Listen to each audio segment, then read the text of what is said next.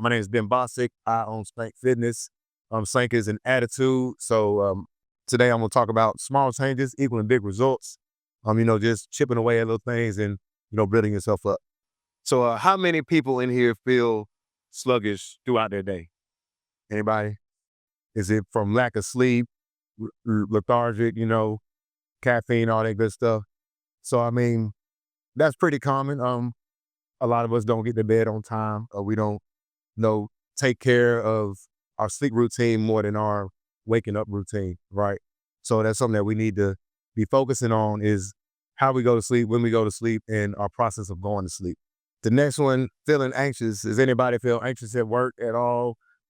Projects, different things, going to meet people, doing networking. So, feeling anxious, you got procrastination, projects due, deadlines, worrying about if your project is going to be good enough, worrying about if what you're talking about is going to be good enough.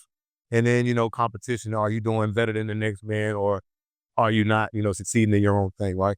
And then last but not least, dealing with brain fog. And that goes from both of those, getting no sleep and feeling anxious is going to help you, or it's going to make you have brain fog. So how many of y'all feeling uncertain some days after week and all that good stuff? So dealing with brain fog, and it's hard to concentrate whenever we don't have a handle on those first two things. So in my personal experience, right, quick story about myself. I was very drunk for a little while, and I'll get into some of that in a little bit. But I was in a stank attitude. So instead of going to the bar at night like I used to, I decided to start going to the gym instead of doing that to get my free time and to kind of work on myself. I just started noticing the differences of what the gym was doing for me rather than the alcohol. And the way I felt when I didn't drink versus how I felt when I did drink and going to the gym, it was completely different. So I just decided I wanted to, get a handle on that. And this is how I did it. So small changes is what I focus on. It wasn't anything drastic. Everything I did was just very, very minuscule. I did it to where I can maintain it. And I suggest the same thing for all of y'all. Do something that you can maintain rather than saying, I'm not doing this at all anymore when it's a part of your daily life anyway. It's hard to just break away from stuff like that. You kind of have to make little steps and, build those blocks up. So moving every day, it doesn't have to be going to the gym, just to take care of yourself.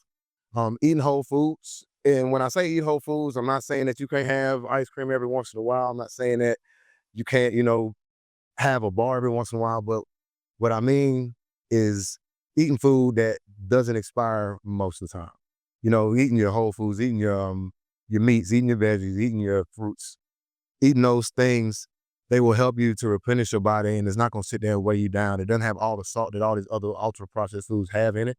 So it's very important that we work on eating whole foods. And again, it's not about just cutting everything out. It's about making these little intentional adjustments, so maybe in the morning, instead of eating, a bar, maybe try eat a piece of fruit instead, just little bitty things that you can do. And getting 6 to 8 hours of sleep, that's going to do with your sleep routine. You want to do your best to turn off devices. And then whenever we start making these changes, we want to be very consistent. So it's an everyday thing, we want to just make sure we hitting our building blocks. And instead of going and doing all the things like I was saying, focus on one. So if it's, I want to make sure I'm sleeping better, let's make a plan to start sleeping better. So for me, I had a hard time going to sleep before 10:30. So instead of just being like, oh, I'm gonna go to sleep at 8, started winding down, started using 9:30 and saying, all right, I'm gonna be asleep by 10, and just started cutting it down. So every day or every week going down like 5 minutes. So now I go to bed, I don't know, 9 o'clock, 9:30 every once in a while, but it was just because I sat there and I built it up. It's hard just to go all into it. You got to be nice to yourself and making a plan, of course, and implementing it. And then you got to celebrate all your wins. It's very important that you celebrate. If you don't celebrate, you don't realize how well you're doing. You got to pat yourself on the back every time, because being honest, ain't nobody else gonna do it for you. So you have to do it. And in turn, with celebrating your wins, celebrate other people's wins as well, because you uplifting somebody else will make you feel better in turn. It'll build you up as well.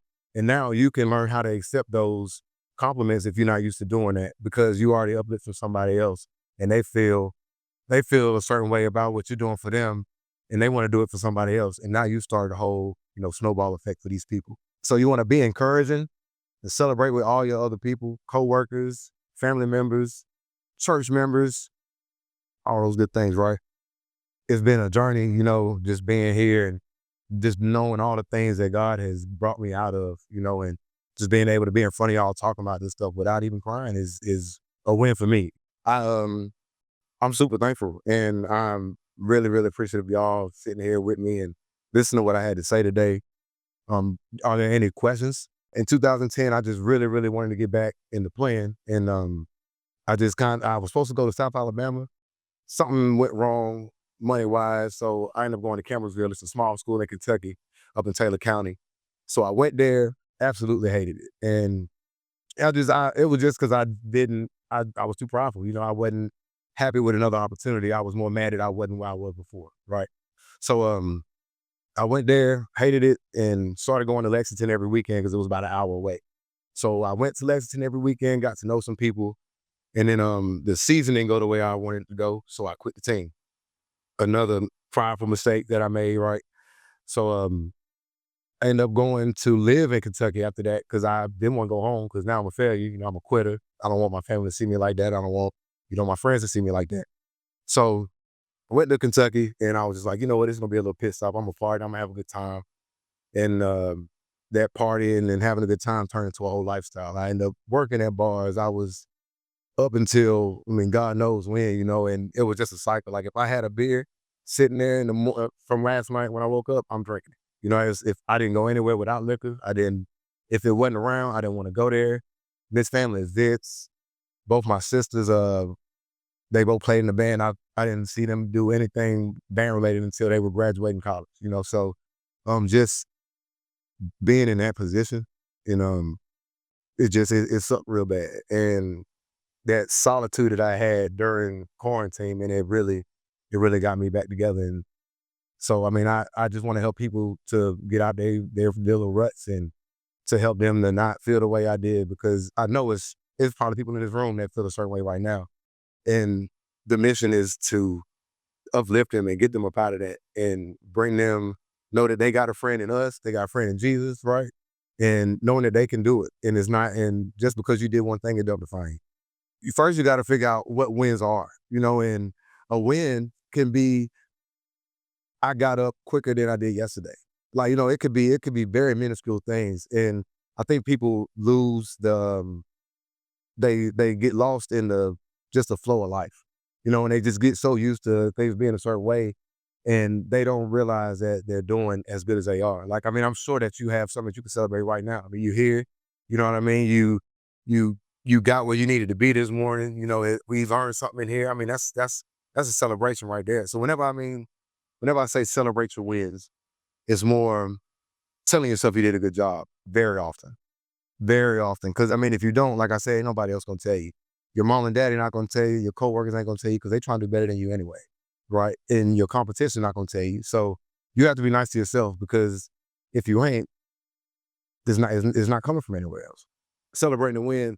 Maybe you had a lady that thought that she couldn't get something wired in a certain way, but you went above and beyond to make that happen. You got to celebrate that because you just made somebody's day. You just made somebody's life easier. Now, it was a job for you at that time, but now the rest of their year is going to look better. That's a win, bro. Little steps, just focusing on that one thing. So what's the most important thing for you right now? Like, what do you feel like that you need to do right now? Getting yourself ready the night before, that's going to be your best bet, especially if you are so used to just being on the go so much. Just preparing ahead of time is going to be your best bet. And again, be nice to yourself. Don't try and prep meals for the whole week. Just do it for the night, the next day, and just get used to doing that. And then once you get used to doing that, then you're like, oh, all right, now I can feel like I can do a whole week. And then you do that. But again, small little steps. So I would just worry about doing it the night before and getting it done that way. Stank Fitness. Yeah, man. So Stank is an old nickname from when I was younger.